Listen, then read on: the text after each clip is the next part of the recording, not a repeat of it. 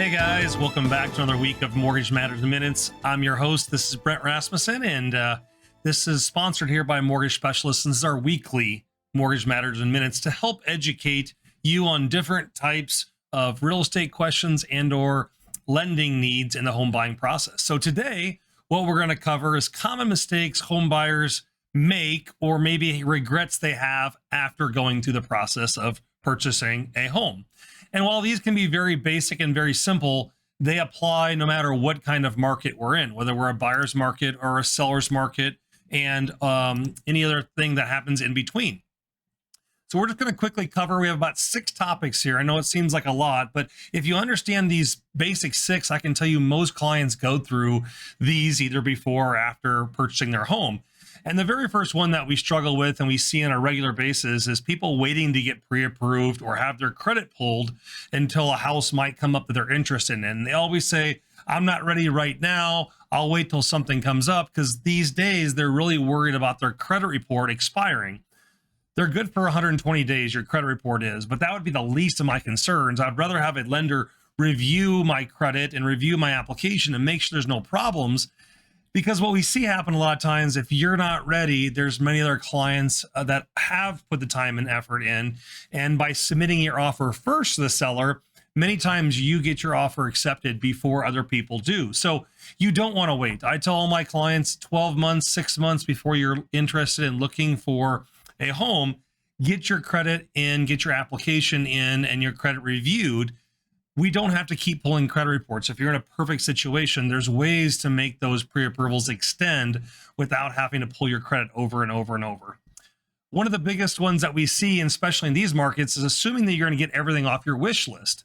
You know, some of the cosmetic features that homes have, that they might be in the perfect area or location, but it just might not be as fixed up as you want to be.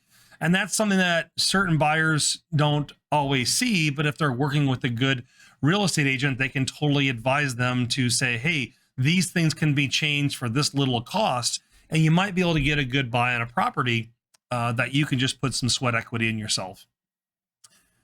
Third topic that we see is people rushing the process. They call us maybe 30 days before their lease is up, or they need to be out of their apartment or out of their scenario. And that right now in this market is just not enough time to find a house, get under contract, agree with the buyer and the seller, and then get your loan done. So if you can learn anything from these common mistakes people have, it's really just planning ahead and having a game plan and putting things together to get you in the best scenario possible. So rushing the process sometimes can fall under our number 5.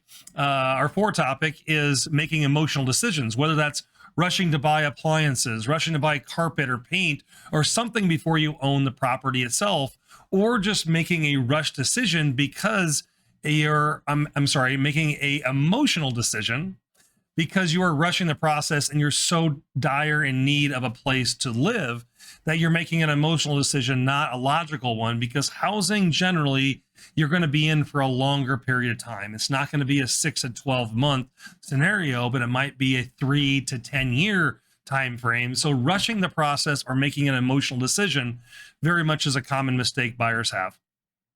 The last 2 that we're going to discuss here is not understanding the full cost of homeownership. Many people aren't aware that you have to come up with down payment, closing costs, taxes, and insurance. But once you're in a property, then you have communication expenses, utility expenses, maintenance expenses. And that's sometimes what we see happen very often, is that people are excited to get into homeownership, but don't have a plan for after they live in the property to maintain that property, which can be a very big expense.